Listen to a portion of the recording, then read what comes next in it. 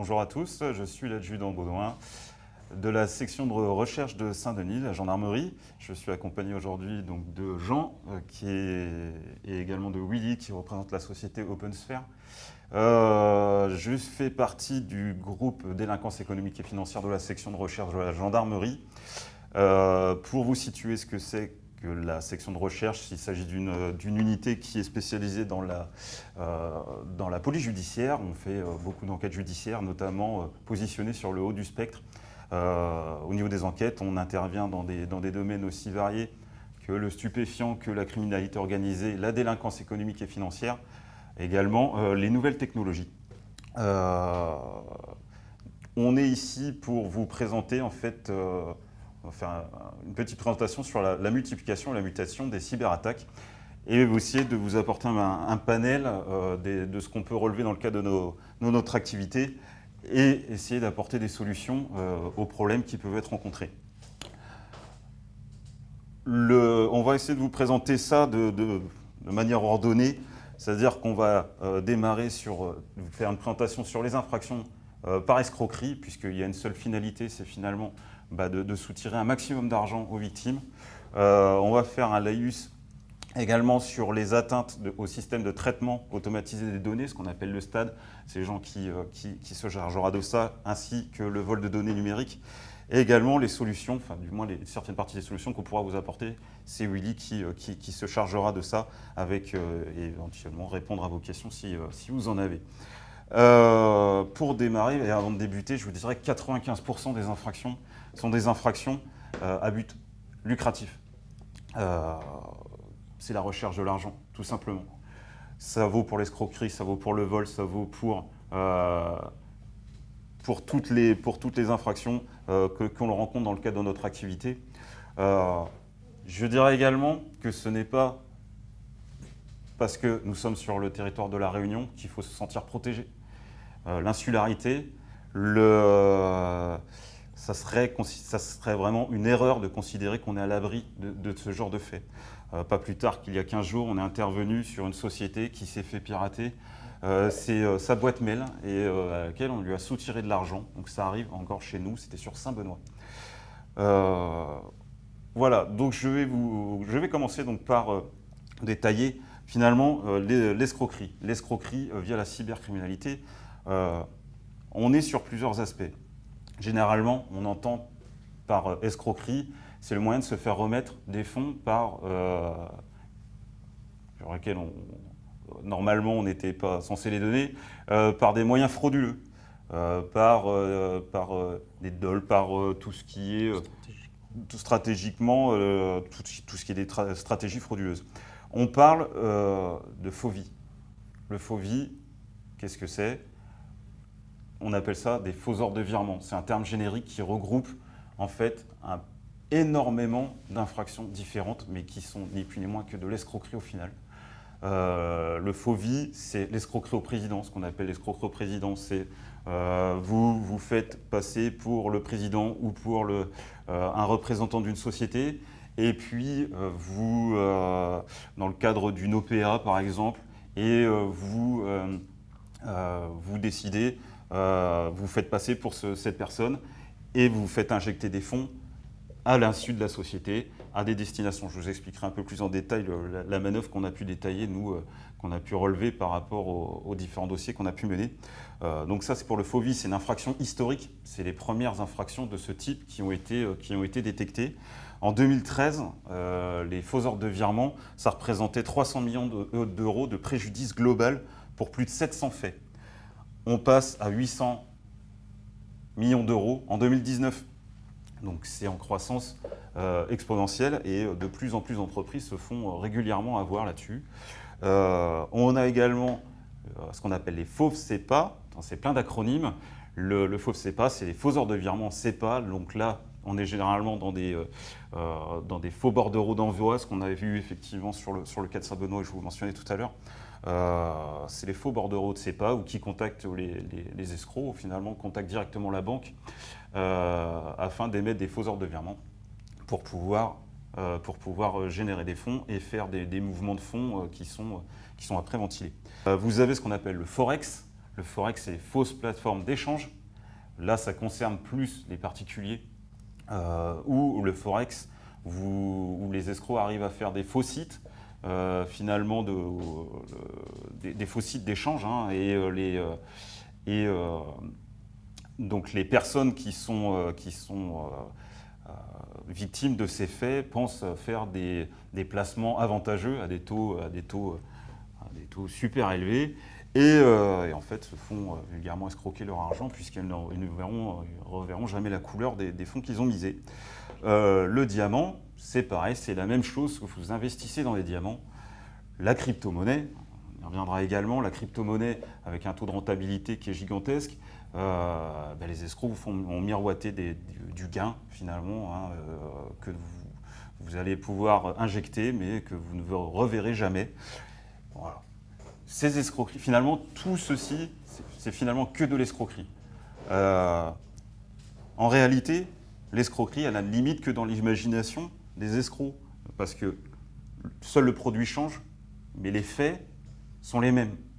L'escroquerie, en fin de compte, nous, dans le genre de dossier, on part systématiquement ce qu'on appelle en escroquerie, en bande organisée, puisqu'on cela suppose une organisation préalable de tous les auteurs. C'est un délit qui est puni d'une peine d'emprisonnement de 10 ans. C'est donc une infraction qui est vraiment en haut du spectre au niveau délictuel et d'1 million d'euros d'amende. On relève également que ce soit du recel. Le recel des biens d'escroquerie en bande organisée, c'est en fait tout ce qui est les fonds ou tout ce dont auraient pu profiter les escrocs également via le blanchiment de ces fonds.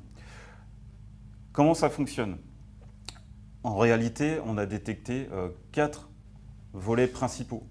Et c'est là où, en fait, on va dire que le plus vulnérable au niveau de l'informatique, c'est vraiment à ce niveau-là, puisque comment font les escrocs? Ils sont très très bien renseignés. C'est de l'ingénierie sociale et économique. C'est-à-dire qu'en fait, ils récupèrent l'ensemble des données, des traces que vous fournissez sur Internet. Ils arrivent à détecter qui est le président de la société, qui est le directeur financier, est-ce qu'il est présent, est-ce qu'il est en voyage, Ils arrivent à collecter l'ensemble de ces données par Internet, par voie de presse, et ils s'en servent contre vous. Donc ça, c'est la première partie, c'est la collecte des données. On a pu s'apercevoir dans le cadre des dossiers qu'on a pu mener, qui sont très très très très forts là-dessus, puisqu'ils arrivent à savoir qui est l'avocat de la société, l'emploi du temps des gens. Voilà. C'est vraiment très bien fait. C'est aussi un peu de la faute de notre faute finalement, puisque on laisse énormément de données et de traces numériques. On y reviendra après là-dessus sur le net. Ensuite, une fois les collectes de ces données réalisées, on a ce qu'on appelle une partie l'hameçonnage. L'hameçonnage, c'est ni plus ni moins, comme son nom l'indique, hein, c'est comme si vous étiez à la pêche. Vous allez lancer plein de lignes partout, donc vous allez contacter, vous allez envoyer des faux mails, vous allez vous faire passer pour, dans le cadre des escroqueries au président, pour l'avocat, vous allez, donc ce faux site pour les faux ordres de plateforme d'échange, des faux sites, et puis vous allez appâter le client tout simplement, comme vous feriez pour aller à la pêche, avec de l'amorçage. Donc on vous appelle au téléphone. Voilà. C'est toute une mise en confiance qui se met en place à ce moment-là. Ensuite vient ce qu'on a pu détecter comme étant le service commercial de ces infractions. C'est-à-dire c'est toutes les personnes qui suivent, finalement, vous avez la première partie. Alors vous avez plusieurs, ce qu'on appelle des call centers, c'est-à-dire que c'est des gens qui sont payés finalement, hein, puisque on reste sur une entreprise, hein, qui sont payés pour hameçonner. Et puis c'est la masse hein, qui fait la force de ce type d'escroquerie. Le service commercial, lui, il est chargé en fait du suivi. C'est ces personnes qui vont vous relancer au téléphone. C'est ces personnes qui vont vous relancer au niveau des mails. C'est ces personnes qui vont gérer, qui vont mettre en confiance les gens pour que ces derniers injectent le plus de fonds possible et pour que les escrocs en récupèrent le plus possible. Voilà. Ensuite, vous avez la blanchisserie. La blanchisserie, une fois que la victime a versé les fonds, qu'est-ce qu'on en fait? Et bien là, vous avez tout un processus qui se met en place avec des personnes qui sont exclusivement chargées de diluer les fonds qui ont été virés. Ça peut être sur une multiplication de rebonds via des comptes bancaires, sur plusieurs comptes bancaires. Vous en diluez sur plusieurs pays européens. Vous en diluez sur des sommes où ça part dans des paradis fiscaux. Donc ça, c'est des personnes qui sont essentiellement chargées de la dilution de ces fonds. Ça se fait de manière très rapide, très rapide. Je reviendrai sur le point après, mais c'est très rapide. C'est un suivi permanent. La blanchisserie, c'est un peu le maillon faible finalement des enquêtes, puisque nous, on intervient après que les faits se soient produits. Et donc le but, c'est de suivre les flux financiers. Donc effectivement, généralement, on arrive a posteriori, les flux sont déjà partis, mais on les suit. Voilà, on suit les flux à la trace. Ce genre d'infraction, ce genre de dossier, pour la gendarmerie et puis pour les services d'enquête en général, ça présente plusieurs difficultés. Pourquoi? Ça présente la nécessité d'être réactif. C'est-à-dire que si j'avais un conseil à formuler, que ce soit pour une entreprise ou pour des particuliers, c'est de ne pas avoir peur de la plainte. On s'aperçoit que pour les entreprises, la e-réputation, c'est très important, ou pour une personne en particulier qui a essayé de faire des placements, genre de la crypto-monnaie ou dans des pays qui a peur du contrôle fiscal, ce qui peut arriver également. Les gens rechignent à venir déposer plainte ou du moins à signaler les faits. C'est une erreur. C'est une erreur dans le sens où on a possibilité de bloquer les fonds via des organismes.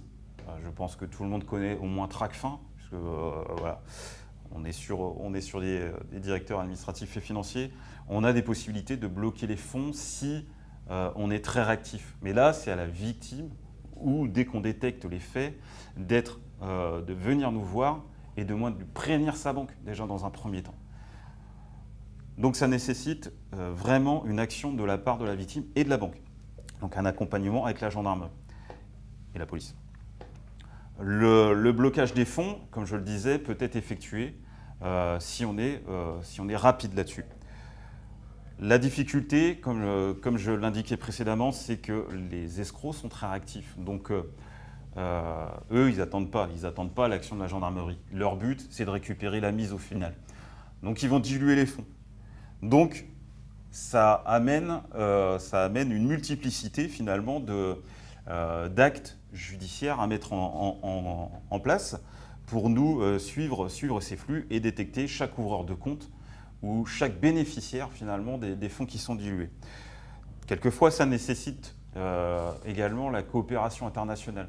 Donc ça, on est sous l'égide des magistrats, c'est eux qui ont la mainmise là-dessus, puisqu'il faut faire des demandes d'entraide pénale, que ce soit européen ou international, pour des pays qui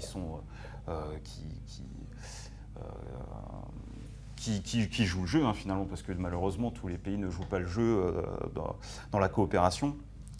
Donc, on arrive toujours avec un petit temps de retard, le temps que les réponses arrivent. Et puis enfin, une des principales difficultés également, c'est là où on arrive finalement au niveau du numérique, c'est l'aspect technique, puisque là, on est sur des gens qui arrivent à pirater les boîtes mail, qui arrivent à finalement mettre en place un processus qui fait que vous allez injecter des fonds à l'issue de votre plein gré, et leur but, c'est de vous en faire envoyer le plus possible. Voilà pour nous, au niveau des escroqueries, ce qu'on a pu vous présenter là-dessus. On a d'autres infractions, effectivement, mais là, je laisserai la parole à Jean sur cet aspect plus technique. Mais finalement, qui découlent toutes ces infractions, elles découlent de tout ce qu'on a pu vous expliquer là-dessus. L'escroquerie ne peut pas se faire, finalement, sans une atteinte au bien, sans avoir récupéré vos données. C'est toute une finalité, c'est tout un ensemble. Voilà, je laisse donc la parole à Jean qui va vous présenter donc les infractions par atteinte au système de traitement automatisé des données. Merci. Donc, je suis adjudant à la section de recherche de Saint-Denis, récemment affecté. Donc, je m'occupe effectivement de plus de la partie, on va dire, cybercriminalité. Donc, dans cette partie-là, si vous voulez, on traite beaucoup, on traite effectivement des faux vies, donc les faux ordres de virement. Donc, on participe aussi à l'enquête, puisqu'il y a un volet technique.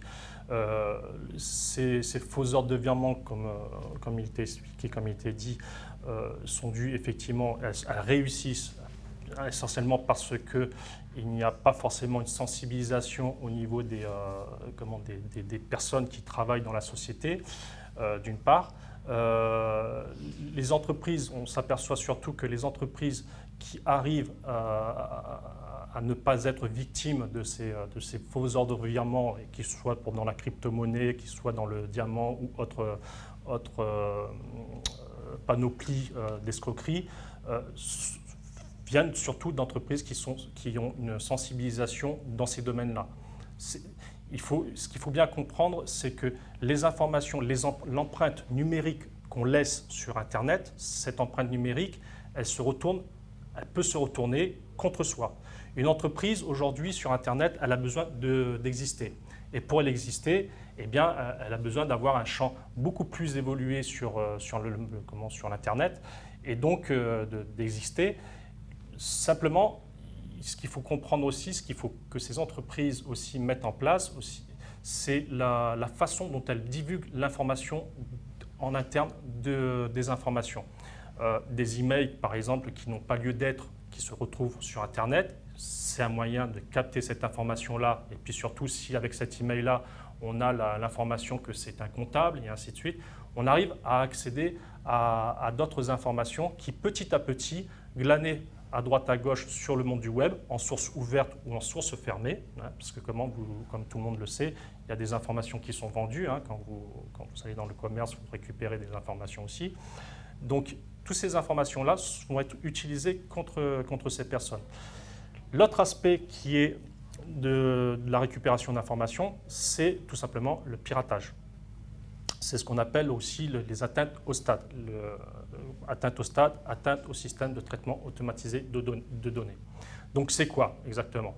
C'est tout simplement quand les hackers, on va dire, vont s'introduire dans un système, soit pour le modifier, soit le supprimer des données, modifier des données, acquérir des données, donc l'extraction de données. Et tout ça peut se faire sans que les personnes, les entreprises, pour autant, s'en aperçoivent. Voilà. Et c'est ça la difficulté. Quand on parle de vol de données, le terme de vol de données est un petit peu, on va dire, un peu particulier parce que quand on parle de vol, on parle de la soustraction frauduleuse de quelque chose. Quand vous volez par exemple votre téléphone, vous ne l'avez plus. Votre téléphone, il est parti. La difficulté ici, c'est que les données, elles ont été volées, mais elles restent sur place quand elles ne sont pas supprimées. Donc, l'entreprise ne voit pas où les données sont parties d'une part et parfois ne se rend même pas compte. Effectivement, après, vous avez tout ce qui est la e-réputation qui fait que l'entreprise ne dépose pas plainte. Voilà. Elle ne dépose pas plainte et résultat, il n'y a pas de communication qui est faite dans ce sens-là et ça permet à d'autres entreprises qui pourraient en entendant en ayant l'information préalablement, eh bien, de mettre en place des dispositifs. Le dispositif, la société, le représentant de la société ici présent en parlera plus largement, mais c'est comme ça que les hackers procèdent. On parle de vol de données aussi, on parle de fuite de données, plus en interne aussi. Ce qu'il ne faut pas oublier, c'est que le piratage n'est pas forcément en externe, il est aussi en interne.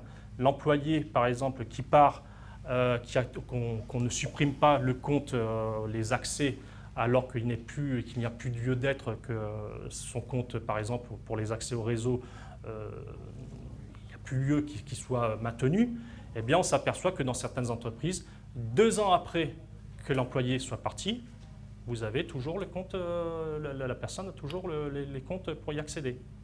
Donc là, on ne parle pas de vol de données à proprement dit, on parle plus de l'abus de confiance, puisque pour travailler, l'entreprise a donné la permission à cet employé d'avoir accès à ces données-là, et automatiquement on a ce n'est pas un vol, étant donné que vous lui donnez la possibilité d'avoir ces données et d'en faire ce à quoi ils sont destinés. Bien souvent, quand la personne part, elle part aussi avec une partie des données. Donc là aussi, c'est une fuite de données. C'est pour ça que cloisonner la façon dont les personnes accèdent aux données, c'est quelque chose d'important. Voilà. Donc, il faut savoir que la Gendarmerie nationale, depuis 2 ou 3 ans, a mis en place des formations spécifiques avec des intervenants qu'on appelle aujourd'hui des fintech, qui sont spécialisés dans tout ce qui est crypto-monnaie. Donc, il y a aussi, il faut le savoir, un investissement qui a été important dans ce domaine-là. Et c'est pour ça que si les entreprises ne déposent pas plainte, ne se font pas connaître, automatiquement, on ne peut pas aider non plus ces entreprises-là. Elles ne sont pas connues. Les entreprises, une fois qu'elles sont victimes de ça, eh bien, elles ne déposent pas plainte. Donc, il n'y a pas un retour d'expérience sur ces entreprises, sur ce qui s'est passé. Et elle n'apprend pas des erreurs forcément qu'elle a commises. Et bien souvent, les erreurs, comme je le disais tout à l'heure, viennent des utilisateurs. Tout simplement pourquoi? Parce qu'il n'y a pas de charte informatique qui est mise en place. Il n'y a pas de formation spécifique. Et encore, on le voyait par exemple dans un dossier qu'on a traité récemment, ou dans un organisme pourtant qui est ouvert au public, où les personnes n'ont même pas la notion de ransomware. Alors que le ransomware, il y a eu le cas de Loki, il y a eu le cas de différents crypto-monnaies, ransomware qui ont été mises en place. Et ça, malheureusement, on n'en parle pas et les entreprises se font crypter des données, perdent des données, ne mettent pas en place des systèmes de sauvegarde, ou quand ils mettent en place des systèmes de sauvegarde, eh bien, ce n'est pas fait avec, on va dire, de façon appropriée, qui fait que non seulement le système de base il est crypté, mais les sauvegardes aussi sont cryptées. Donc, résultat des courses, on ne peut pas redescendre, redescendre les sauvegardes pour continuer à travailler. Ce qu'il faut comprendre aujourd'hui, c'est que les données d'une entreprise, elles sont vitales. C'est la richesse d'une entreprise. Une entreprise qui n'a plus ces données, c'est une entreprise qui potentiellement peut mettre la clé sous la porte. Voilà.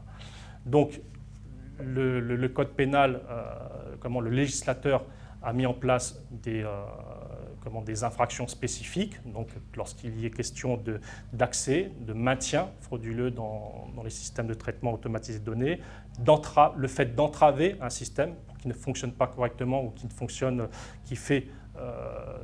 fournit une fonctionnalité alors qu'il n'est pas prévu de fournir cette fonctionnalité, le fait de s'introduire, de supprimer de données, sont tout un panel juridique qui est mis en place et donc qui existe.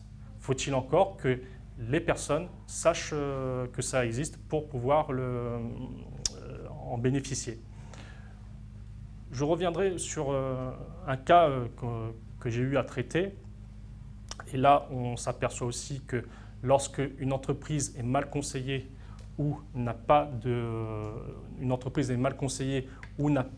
rétexte ou de charte informatique, bien souvent, les données qui sont extraites par les employés quand ils partent viennent du fait que il n'y a pas une gestion en interne appropriée à ce niveau-là. Bon, voilà. Est-ce que tu peux parler un petit peu de tout ce qui va permettre… Ça régler un petit problème. Alors, je vais mettre ma petite machine là. Donc, merci Jean. Donc, moi, je suis Willy Robert, je suis le responsable commercial de la société OpenSphere, qui est un cabinet de conseil et de prestations en cybersécurité. Donc, ça fait 15 ans qu'on s'occupe de la cybersécurité à La Réunion. On m'a demandé d'intervenir donc justement pour faire un petit rappel sur quelles sont les solutions. Alors, avant de parler de solutions, on va essayer d'un petit peu décrire ce qu'est la cybersécurité à notre sens. La première des choses, c'est que, comme Jean disait tout à l'heure, il y a une chose qui est hyper importante aujourd'hui. En 2020, la plupart des sociétés détiennent des données. Ces données, c'est ce que nous on appelle le patrimoine informationnel. Donc vous avez du patrimoine dans la plupart des sociétés. La plupart du temps, il est physique, immobilier, financier. Mais la plupart des gens oublient que la donnée, même si ce sont des 1 et des 0, reste le patrimoine informationnel de l'entreprise. C'est-à-dire que quand ce patrimoine informationnel a disparu, qu'il soit chiffré ou tout simplement qu'il ait été volé ou altéré, on se retrouve vraiment à avoir de très gros problèmes. Donc du coup, il faut comprendre que la cybersécurité, nous, en tant que professionnels, on l'a décrit suivant 4 piliers essentiels. Alors 3, et puis un 4e qui commence à venir avec la recrudescence des attaques. La première, c'est la disponibilité, c'est-à-dire pouvoir accéder à ce patrimoine informationnel quand on en a besoin. Donc ça, c'est la première des choses. Comme je le disais, s'il n'est pas là, on ne peut pas travailler la plupart du temps, ou dans certains cas, on se retrouve à revenir à travailler au papier, au crayon. Le deuxième critère, c'est l'intégrité, c'est-à-dire que vous-même, en tant que directeur financier, vous savez que si vous travaillez sur des données qui ont été altérées, il y a de fortes chances que les analyses et les rapports que vous allez produire soient complètement faux, et donc ainsi de suite et ainsi de suite.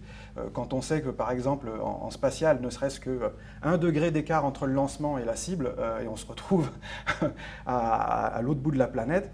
Donc il faut vraiment faire attention à cette intégrité. Ensuite, on a la confidentialité, qui reste un des points les plus cruciaux, c'est-à-dire que l'information doit être accessible uniquement aux personnes qui sont habilitées à y accéder. Donc il faut comprendre que nous, quand on audite une société, il faut comprendre qu'à peu près 50% des données de l'entreprise sont accessibles à l'ensemble des collaborateurs, alors qu'elles ne le devraient pas. C'est-à-dire qu'on a des collaborateurs qui ont accès à des données qui peuvent être confidentielles, suivant les strates de l'entreprise, et qui malheureusement sont disponibles à la vue de tout le monde. Il suffit juste qu'on ait un employé qui soit un petit peu, qui aime bien fouiller un petit peu sur le réseau et qui se retrouve avec des données, et c'est comme ça qu'on retrouve peut-être un peu plus tard des lanceurs d'alerte. Parce qu'ils ont eu accès à des informations auxquelles ils ne devaient pas avoir accès. Donc on a ces 3 gros piliers qui sont les piliers incontestables de la cybersécurité, et puis depuis quelque temps on commence à avoir la preuve, la traçabilité, c'est-à-dire que de plus en plus des gens comme Jean et la gendarmerie ou la police, dès qu'ils ont besoin d'enquêter, c'est-à-dire en post-mortem comme on dit, parce que nous aussi quand on a tendance à intervenir c'est trop tard, les faits sont déjà commis, pour pouvoir déceler et enquêter on a besoin de savoir par où c'est rentré, quels ont été les flux de données, comment ça s'est passé, quels comptes ont été utilisés, etc., pour mener et enquêter. Et dans ces cas-là, on a besoin absolument d'avoir de la traçabilité sur les comptes et de la traçabilité nominative tant que faire se peut. Ensuite, on distingue essentiellement 2 grandes catégories, enfin des grands ensembles de cybermenaces. Les premières sont les cybermenaces pour lesquelles vous n'êtes pas ciblé directement. Donc généralement, c'est tout ce qui concerne la cybercriminalité, ces nouvelles mafias qui, comme vous le soulignez tout à l'heure, n'est intéressée que par l'argent. Donc on va se retrouver face à des gens qui veulent vous arnaquer, qui veulent vous faire du chantage ou qui tout simplement vont essayer de vous voler. Donc ça, ce sont des attaques qui sont très peu ciblées, puisqu'effectivement, ce sont des attaques qui visent des milliers de personnes en espérant que potentiellement, on ait une personne un peu plus naïve qu'une autre qui clique ou qui réponde aux mails. Et dans ces cas-là, ils rentrent dans l'engrenage. Ensuite, on a tout ce qu'on appelle, nous, la malveillance ou la négligence, plus souvent interne. Il faut savoir que 60% des incidents de sécurité, environ 60%, ça a peut-être bougé, mais en 2018-2019, c'était encore ça, 60% des incidents de sécurité viennent de l'intérieur de l'entreprise, intentionnels ou non. Je le précise, intentionnels ou non. Voilà. Donc ce qui est plutôt soit de la malveillance, soit de la négligence. Et là, on a affaire souvent à de la désinvolture, des gens qui veulent contourner les process de sécurité qui ont été mis en place. On a tout simplement des gens qui ne respectent pas les process pour pouvoir aller plus vite et s'abstenir, encore une fois, des garde-fous qui ont été mis en place en termes de sécurité, ou tout simplement qui n'ont jamais pris connaissance de la politique de sécurité de l'entreprise parce qu'on ne l'aura pas soumise. Et puis ensuite, on a un autre ensemble de cybermenaces pour lesquelles vous êtes beaucoup plus ciblés cette fois-ci. Et donc là, on va plutôt toucher à ce qu'on appelle l'atteinte à l'image. Alors, je précise que je déroule un peu là ces cybermenaces, mais il est important de comprendre qu'aucune d'entre elles n'a pas d'effet financier. C'est-à-dire toutes ces arnaques, toutes ces menaces-là, ces cybermenaces, ont forcément un impact financier, direct ou indirect, sur l'entreprise.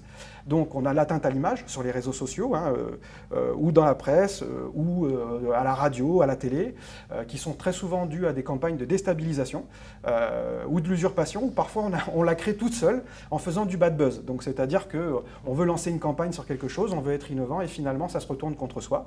Donc ça, par exemple, c'est une menace, c'est une cybermenace, puisqu'encore une fois, c'est l'univers cyber qui vous revient en pleine face.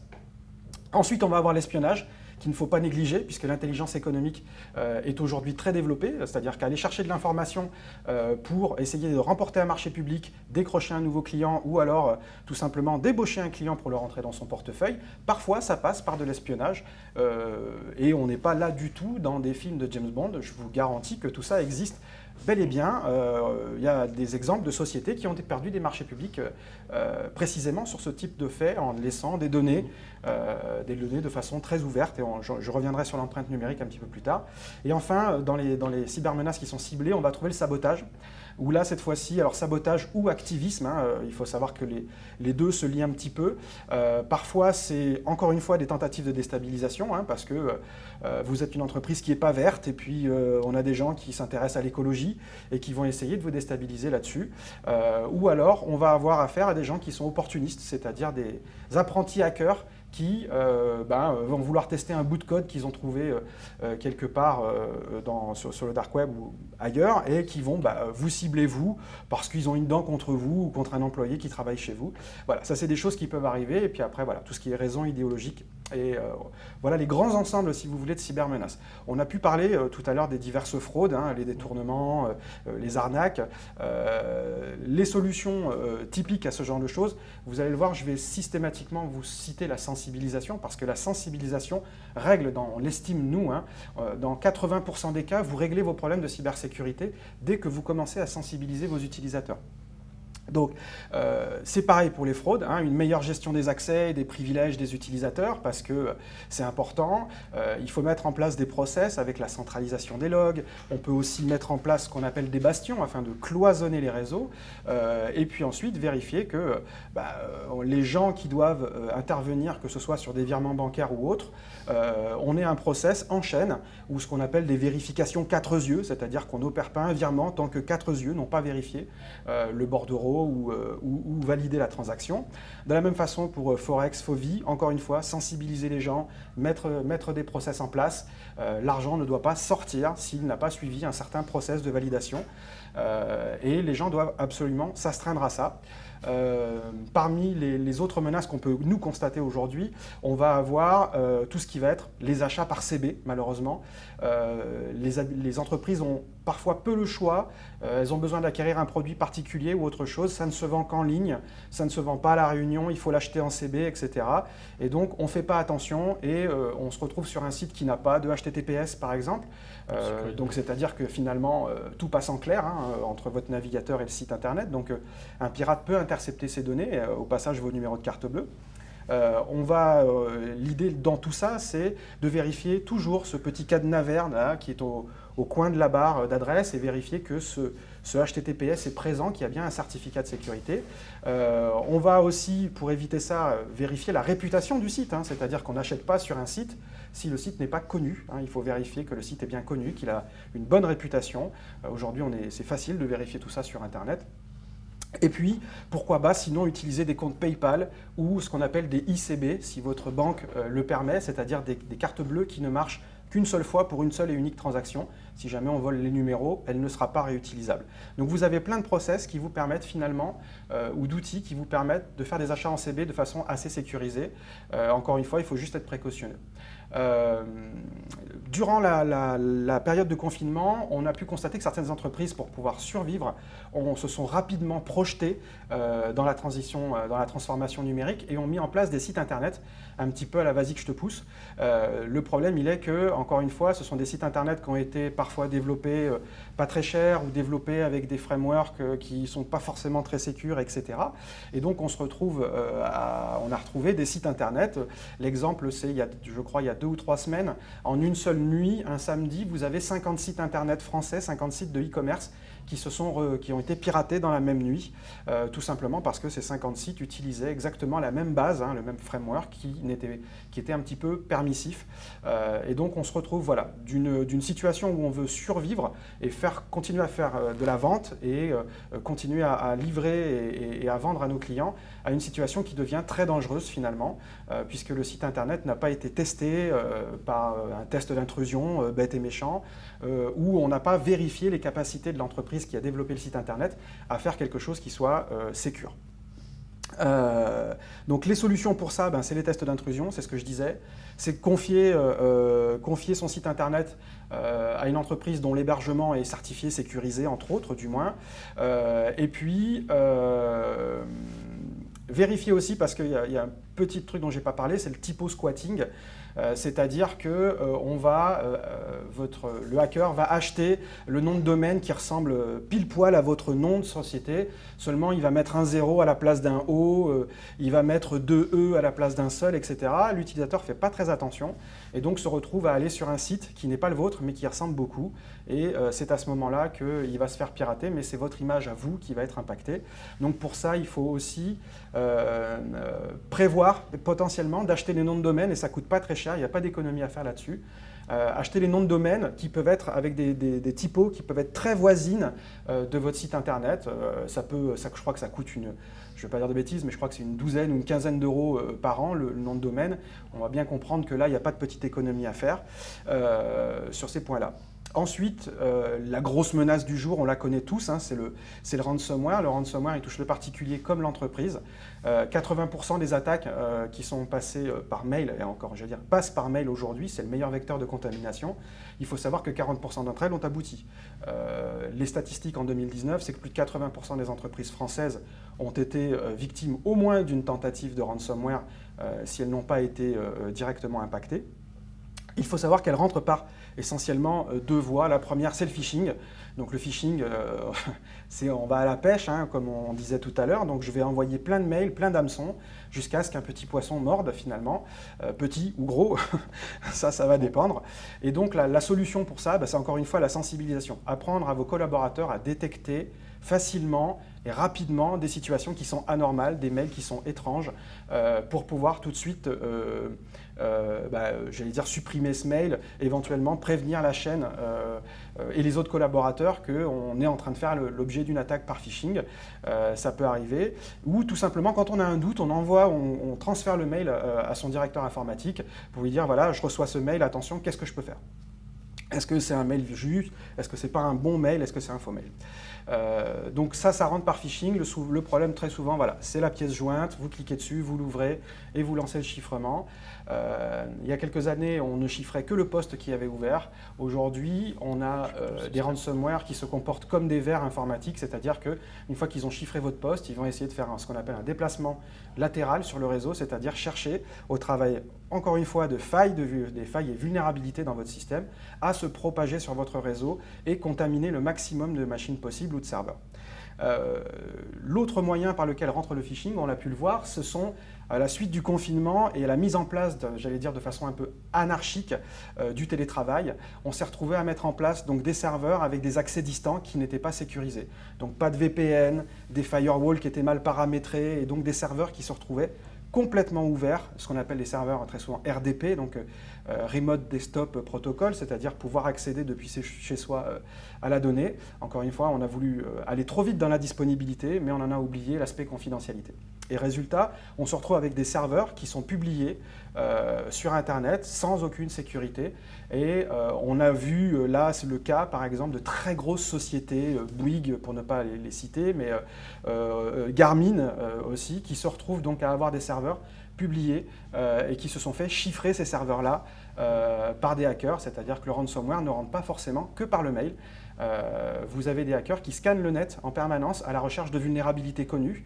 Et une fois qu'ils trouvent ces vulnérabilités, s'ils trouvent que c'est intéressant, si le serveur appartient à Bouygues ou à Garmin, ils vont se dire tout de suite, oulala, il y a quelques, non pas milliers, mais peut-être millions de dollars à faire en rançonnant ces gens-là. Donc ça, c'est le ransomware, ou rançongiciel, hein, comme on l'appelle en français, reste aujourd'hui le plus gros fléau sur la toile, et il faut y faire très attention. Encore une fois, si vous devez mettre en place du télétravail, faites-vous aider si vous n'avez pas de service informatique. Il y a des moyens et des solutions pour pouvoir mettre en place ça de façon sécurisée. N'allez pas trop vite à l'empressement. Il y a des situations dans lesquelles vous ne le feriez pas dans la vie réelle. Pensez que ce n'est pas parce qu'on est dans le digital ou le virtuel qu'il faut le faire. Parmi les autres menaces, je vais essayer d'aller un peu plus vite, c'est qu'on va avoir ce qu'on appelle le shadow IT, c'est-à-dire ces outils ou ces périphériques que ne connaissent pas la direction informatique. Donc, grosso modo, c'est un smartphone dans l'entreprise qu'un collaborateur a branché sur le Wi-Fi de l'entreprise. Et là, ça peut être très problématique, ou tout simplement le collaborateur qui a amené sa propre machine dans le réseau de l'entreprise, parce qu'entre midi et deux, comme il n'a pas accès à son Facebook sur son ordinateur professionnel, il veut y avoir accès entre midi et deux, il vient et il branche son ordinateur personnel. Le problème, c'est qu'on ne connaît pas l'hygiène de ces périphériques-là. On ne sait pas comment ils sont faits chez eux, on ne sait pas s'ils ont un antivirus, etc. Peut-être qu'ils sont déjà infectés, on ne le sait pas. Donc le problème, c'est que la direction informatique, elle n'a pas forcément la vision sur ce shadow IT, comme on dit, hein, donc ces outils qui sont un petit peu dans l'ombre. Et malheureusement, quand l'incident arrive, c'est un peu trop tard. Donc les outils, encore une fois, en premier, la sensibilisation. Il faut expliquer aux utilisateurs qu'on ne ramène pas, et qu'on ne s'est pas autorisé, on ne branche pas ces outils personnels sur le réseau de l'entreprise, ce n'est pas fait pour. Ensuite, on va avoir des outils qui vont être, alors toujours, pour rester dans le process, on va avoir tout ce qui va être charte informatique, bien évidemment, pour encadrer, encore une fois, et responsabiliser les collaborateurs. On va avoir le mobile device management, parce que ça peut arriver, ou ce qu'on appelle aussi les network access control. Mais tout ça, on rentre, encore une fois, dans des outils techniques, alors que bien en amont, on peut travailler sur des process qui coûtent 0 € et qui tombent tout simplement de l'organisationnel.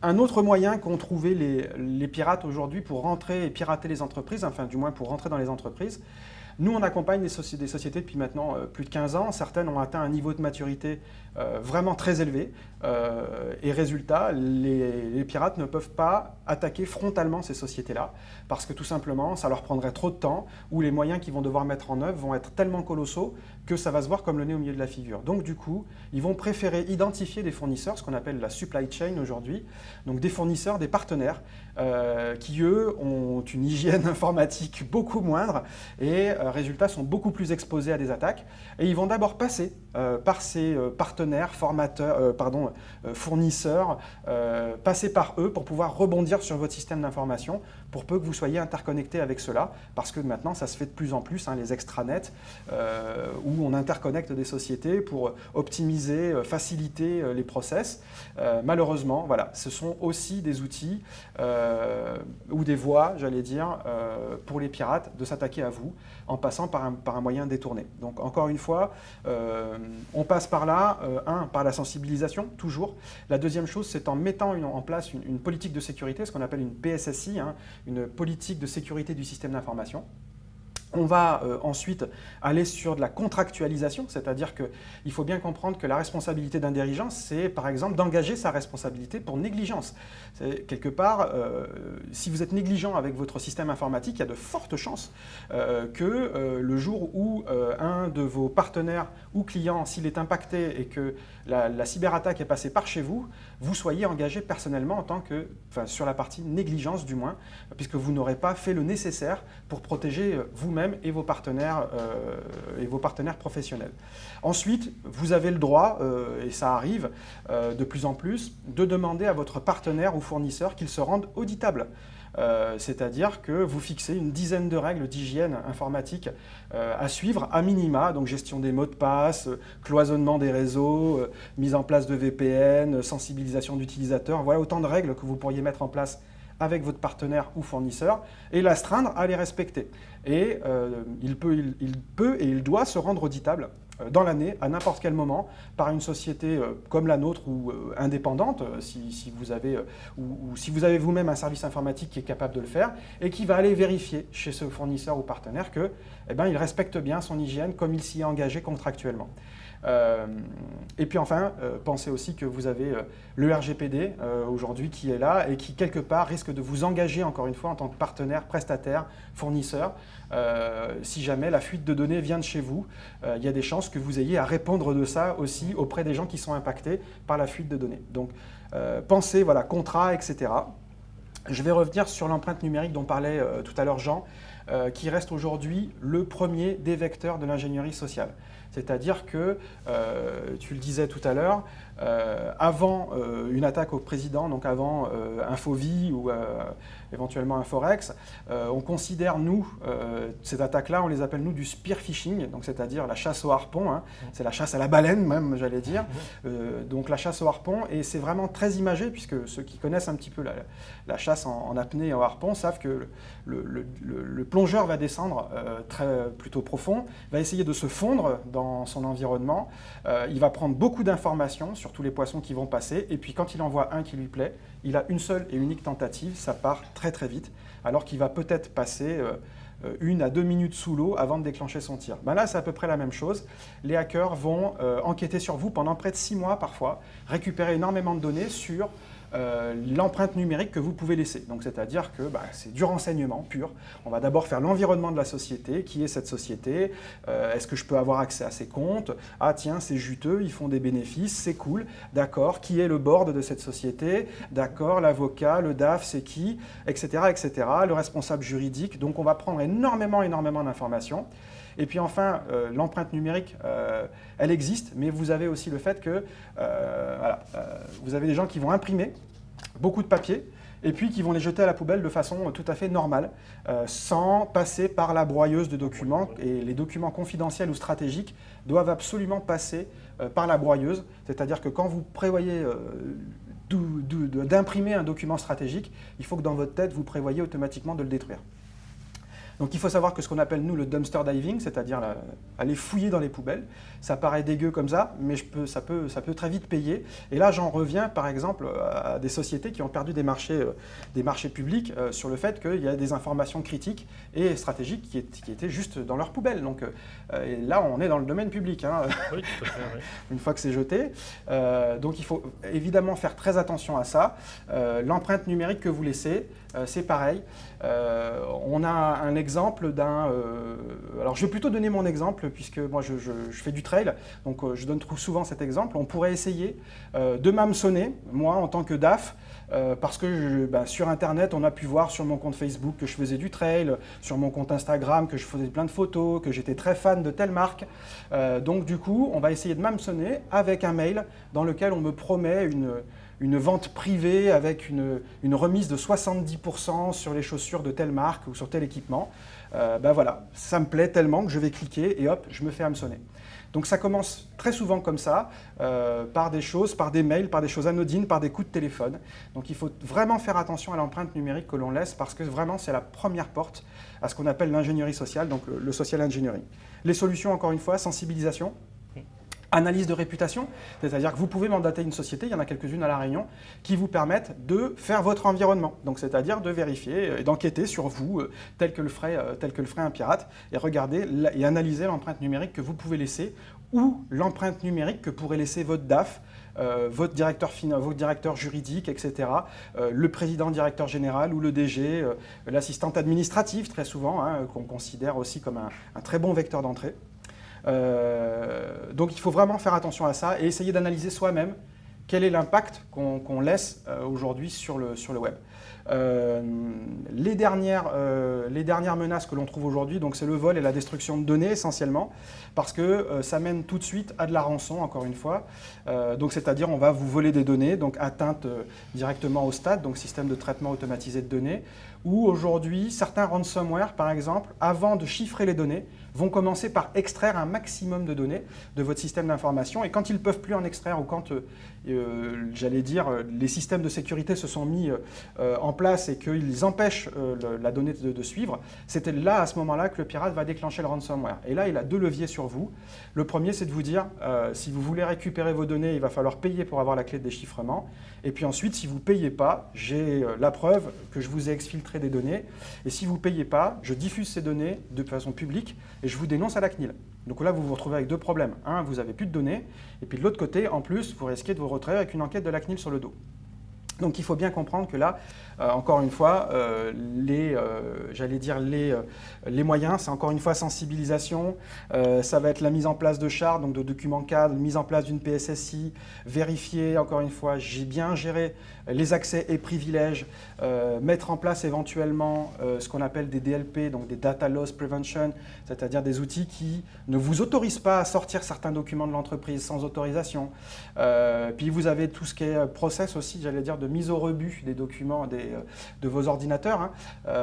On a des brokers qui sont spécialisés dans le rachat de machines et qui, ces machines-là, n'ont pas été complètement détruites ou dont le disque dur n'a pas été détruit.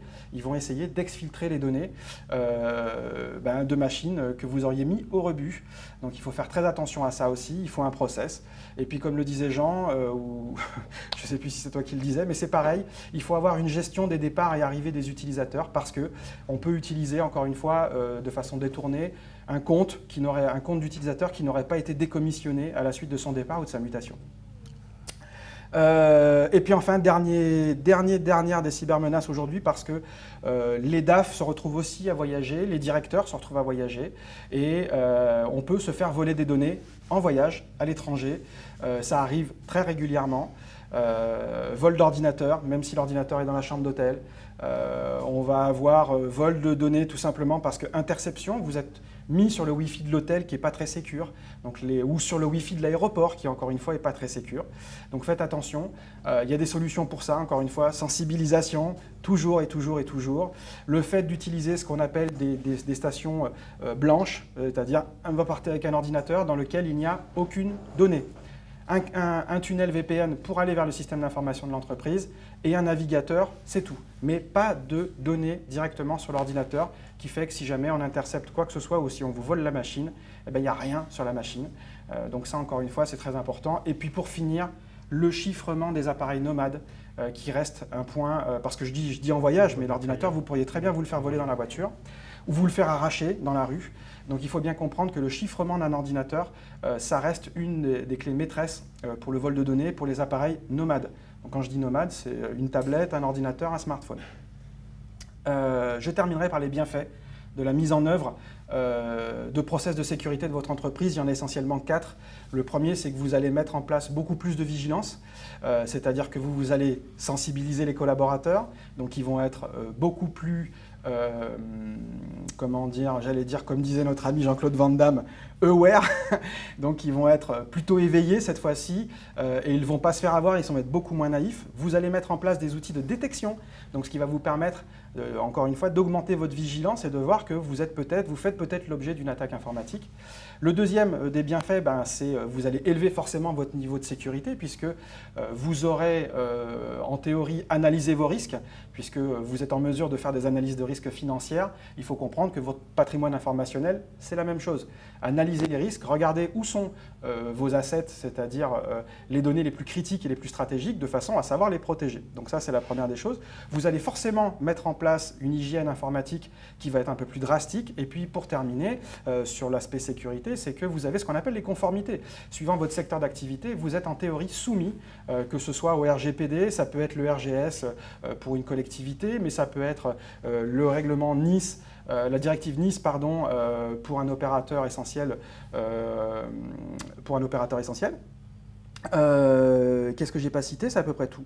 Ensuite, le quatrième le quatrième bienfait sur lequel vous allez évoluer, c'est la résilience. C'est-à-dire que vous allez pouvoir enfin vous préparer à mettre en place ce qu'on appelle un plan de retour ou un plan de récupération. Ça dépend comment vous le nommez. La plupart du temps, on appelle ça PRA, donc un plan de reprise d'activité si vous préférez, ou tout simplement travailler à accélérer vos retours en conditions opérationnelles, c'est-à-dire quand vous êtes victime éventuellement d'un incident de sécurité, comment est-ce qu'on fait pour redémarrer le plus vite possible et remettre tout le monde au travail sans perdre d'argent. Je voulais juste rajouter par rapport au ransomware, ce qu'il faut bien comprendre aussi au niveau ransomware, c'est que quand vous êtes victime de cette attaque-là, le fait que vos données soient cryptées, qu'on vous demande une rançon, le fait de payer, eh bien, si vous payez, vous continuez à alimenter cette escroquerie, enfin, cette rançon, enfin, ce système de récupération de fonds. Donc, pour casser ça, tout simplement, il ne faut pas payer. Voilà. Si on avait quelque chose finalement, pour conclure, hein, ce qu'on vient de vous dire, ce qu'on veut vous faire toucher de dos essentiellement, c'est le facteur humain qui est le plus important dans l'histoire. C'est que c'est au final le meilleur moyen de protection que vous avez, c'est vous, tout simplement. En mettant des process en place, en contrôlant, en mettant en place toutes des petites choses finalement qui sont très simples au niveau des entreprises, et vous mettez en échec que ce soit des escroqueries, que ce soit des atteintes aux données ou voire du vol de données numériques. Donc voilà. Question de bon sens. Voilà. Finalement, c'est ça. Le facteur humain demeure le plus important, finalement, et c'est une question de bon sens. Je terminerai sur un truc qui est qu'on entend beaucoup parler, et c'est vrai que les DAF aussi, vous savez pertinemment que le ROI reste le point le plus important très souvent dans ce que vous faites.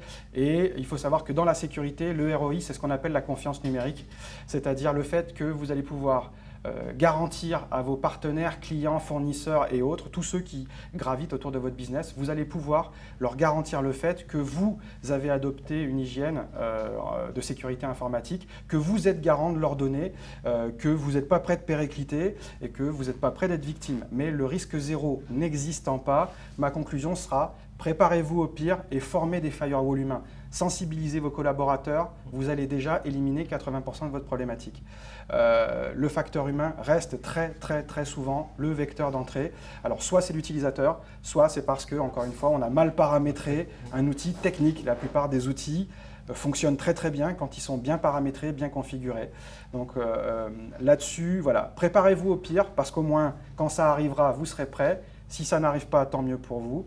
Mais si vous restez attentif, si vous n'agissez pas, vous allez au-devant forcément de gros problèmes le jour où vous allez faire face à un incident de sécurité. Merci.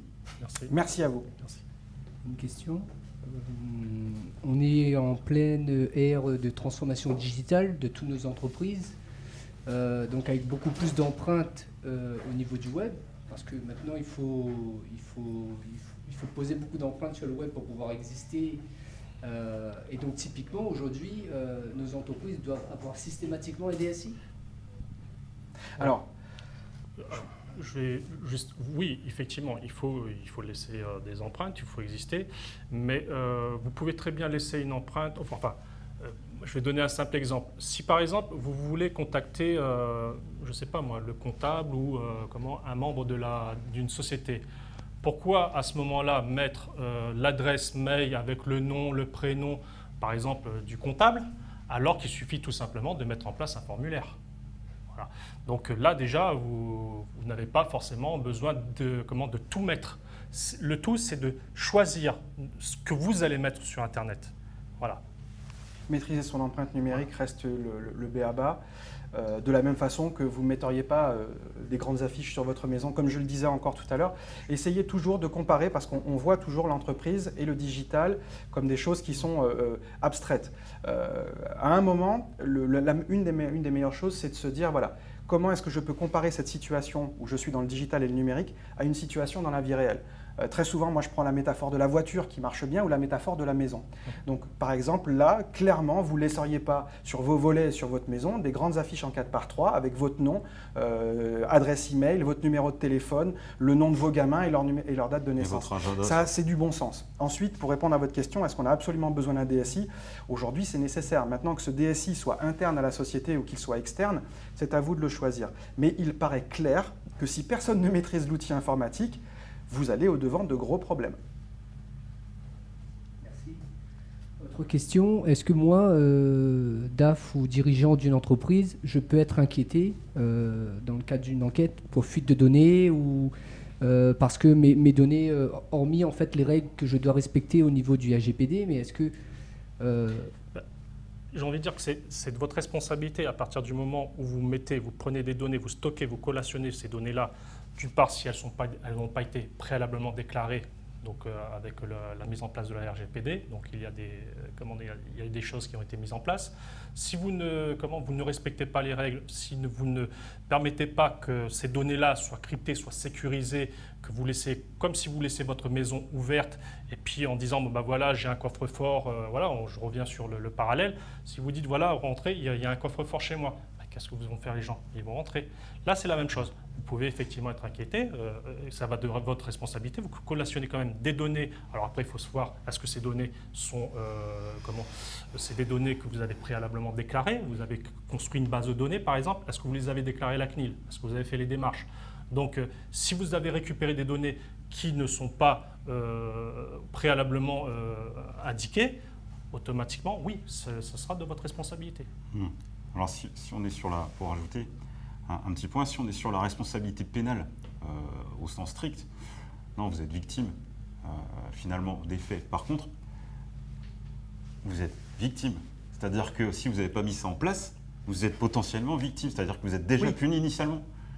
Vos fonds, si vous êtes victime d'une escroquerie où vos données sont parties à droite à gauche, alors oui, au niveau pénal, vous n'aurez rien. Par contre, au niveau de votre entreprise, vous êtes déjà, de toute façon, dedans.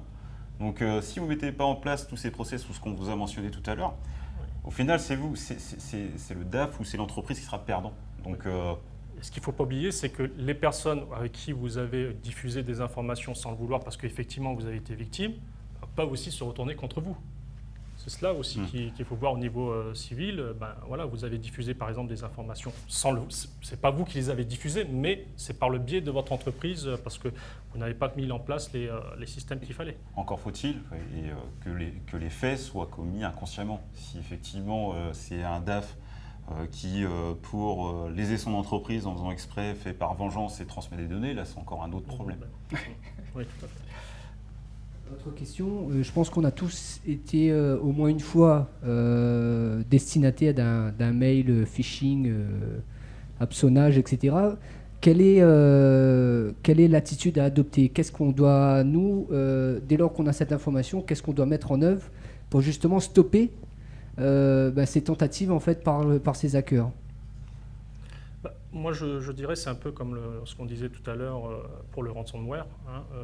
À partir du moment où vous ne payez pas, à un moment donné, si tout le monde ne faisait la même chose, ne payait pas, les personnes, qu'est-ce qu'ils se diraient? Ça ne sert à rien, il n'y a personne qui paye.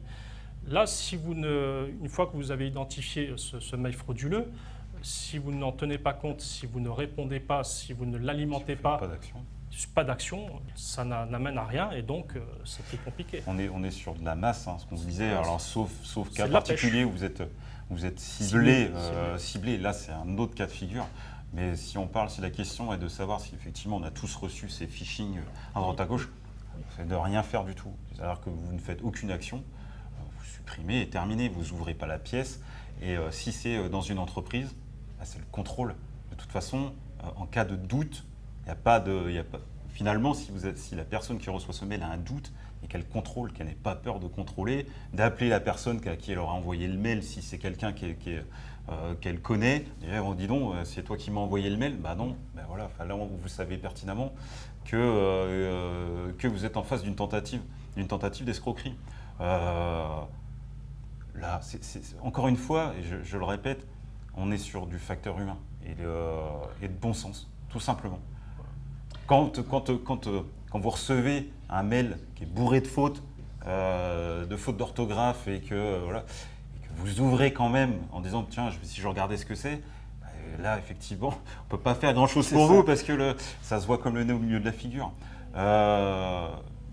Vous avez juste aucune action en fin de compte. Excusez-moi. Vous avez aussi, pareil, par exemple dans les faux vies, ce qu'on rencontre souvent, c'est que le patron, par exemple la secrétaire comptable, par exemple, elle reçoit un mail de son patron, de son patron qui lui dit, il faut virer, c'est quelque chose, il y a une OP vraiment extra, on va gagner beaucoup d'argent, il faut virer l'argent rapidement, c'est secret, il faut en tenir compte, il faut le dire à personne. Quand on voit la somme d'argent, et là on parle de millions, quand on voit la somme d'argent qui est en jeu, qu'est-ce qui fait que la personne, la secrétaire comptable qui a le levier pour déclencher les fonds, pourquoi ne va-t-elle pas prendre directement c'est juste à côté. Moi, on a eu des cas où le bureau du patron est juste à côté, la secrétaire, la comptable ne se déplace pas à côté pour demander, voilà, est-ce que vous me confirmez? Non, c'est je réponds. Ça aussi, il faut essayer de casser ce système-là. Quand vous recevez un mail, même si il vous paraît légitime, parce que la boîte mail a été piratée, c'est de ne pas répondre. C'est tout simplement de faire de faire un nouveau message, et vous allez voir que bien souvent, c'est tout simplement le patron réellement qui va toucher, qui va récupérer Évitez d'appuyer sur répondre. Répondre systématiquement, non. Faites nouveau message, ou prenez votre téléphone, voilà, vous appelez votre patron. C'est le contrôle. C'est le contrôle. Simplement le contrôle. Le contrôle ça marche en entreprise, ça marche également en banque, ça marche. Le dernier qu'on a eu sur Saint-Benoît, c'était la banque qui a fait aucun contrôle. Voilà. Bon. C'est le système de poignée de main. Voilà, vous connaissez la personne. On a fait confiance. On fait confiance. La confiance n'exclut pas le contrôle. Et là-dessus, je suis entièrement d'accord pour le coup. La confiance n'exclut pas le contrôle.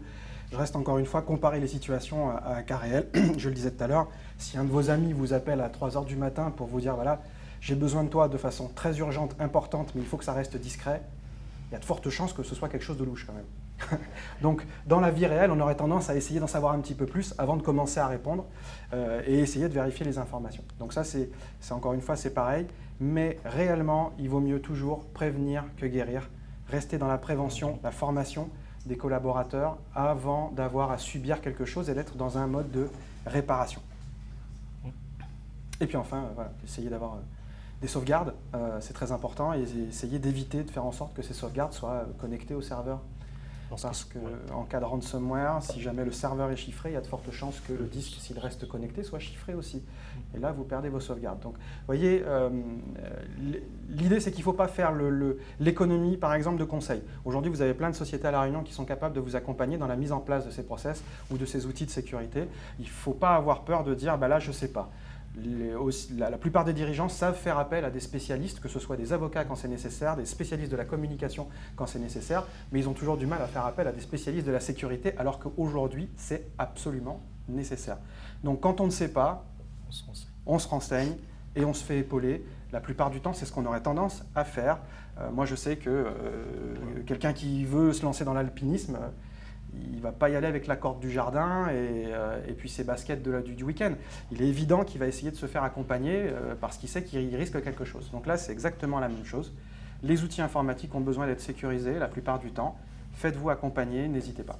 Voilà. C'est pareil pour juste un dernier petit point, c'est pareil pour les données. Les personnes ont tendance à se dire « Ah ben moi, je n'ai rien à cacher, donc voilà, je ne sécurise pas ». Il faut savoir quand même que ces données-là, on va parler de tout ce qui est les GAFA, Google, Amazon, Facebook et compagnie. Ils collationnent, c'est leur raison d'être, c'est leur façon, c'est leur fonds de commerce. Mais plus vous divulguez d'informations et plus eux, ils vivent là-dessus. Donc dire je n'ai rien à cacher, il faut savoir que ces données-là, eh bien, sans que vous le sachiez, peuvent être utilisées contre d'autres personnes parce qu'elles vont croire que c'est vous qui intervenez, qui avez fait, par exemple, un mail. Voilà. Donc, vos données, elles sont précieuses. C'est comme, par exemple, vous ne laisseriez pas votre clé de voiture à la vue de tout le monde, vous ne laisseriez pas votre clé de maison ou la fenêtre ouverte de votre maison comme ça. C'est des données sensibles, il faut se l'approprier et se les garder. Bien, merci messieurs. Merci à vous. Merci à vous.